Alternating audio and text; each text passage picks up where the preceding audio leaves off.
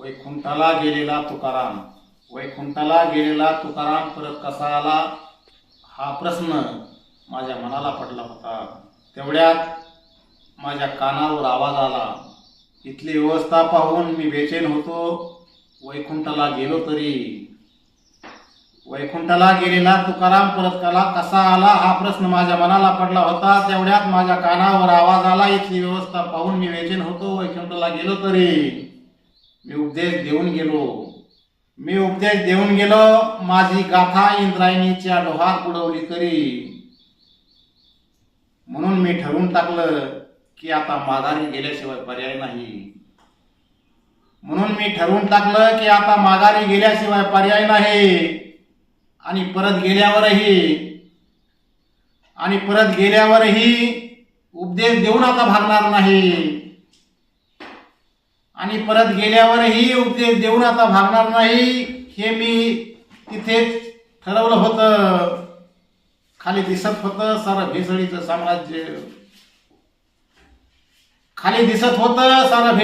साम्राज्य.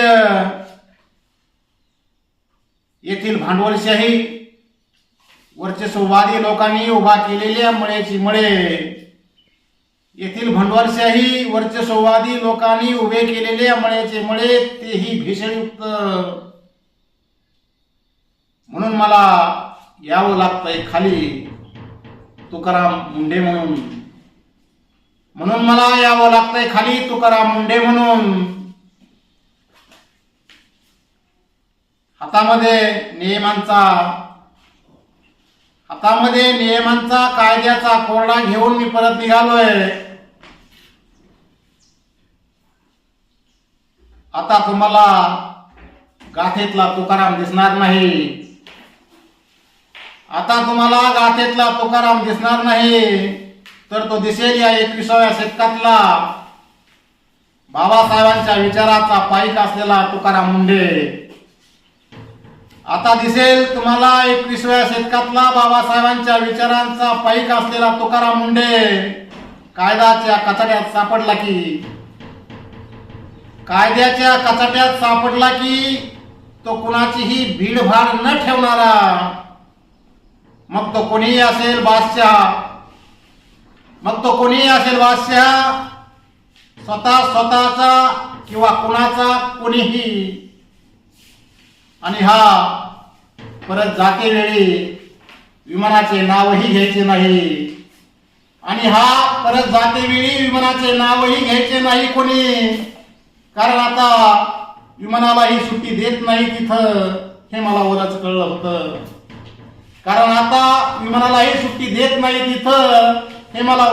होतं.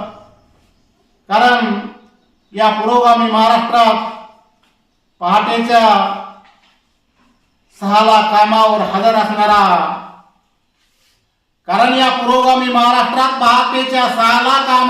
असणारा आमचा अजितदादाही विमानाने घातला हो. का घालवला हे आता तसं सांगणार नाही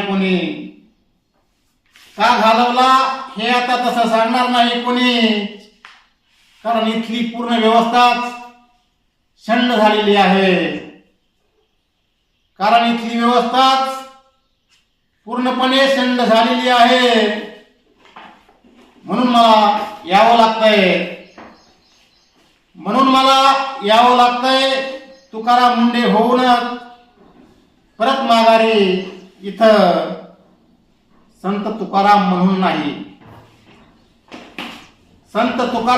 नाही तर आता एका वेगळ्या रूपात या माजलेल्या भ्रष्ट व्यवस्थेवर खाऊ घालण्यासाठी तुकाराम मुंडे हे नाव धारण करून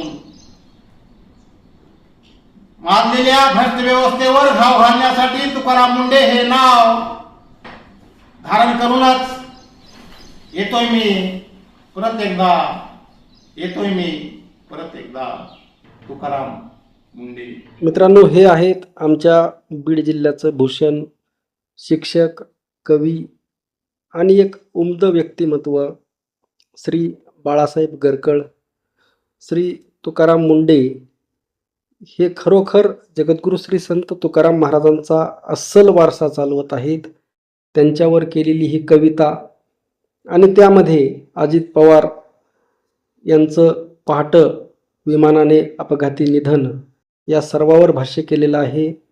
तुकाराम मुंडे यांचं कार्य एवढं मोठं आहे, जर तो आदर्श प्रत्येक अधिकाऱ्याने घेतला तर महाराष्ट्र नाही देश सुजलाम सुफलाम होईल. परंतु येथील भ्रष्ट व्यवस्था इतकी निगरगट्ट झालेली आहे की त्याबद्दल न बोललेलं बरं. आपण रोजच त्याबद्दल बोलत आहोत. आपलं मत नक्की कळवा. रामकृष्ण हरी. जय जगद्गुरू. जय शिवराय. जय भीम.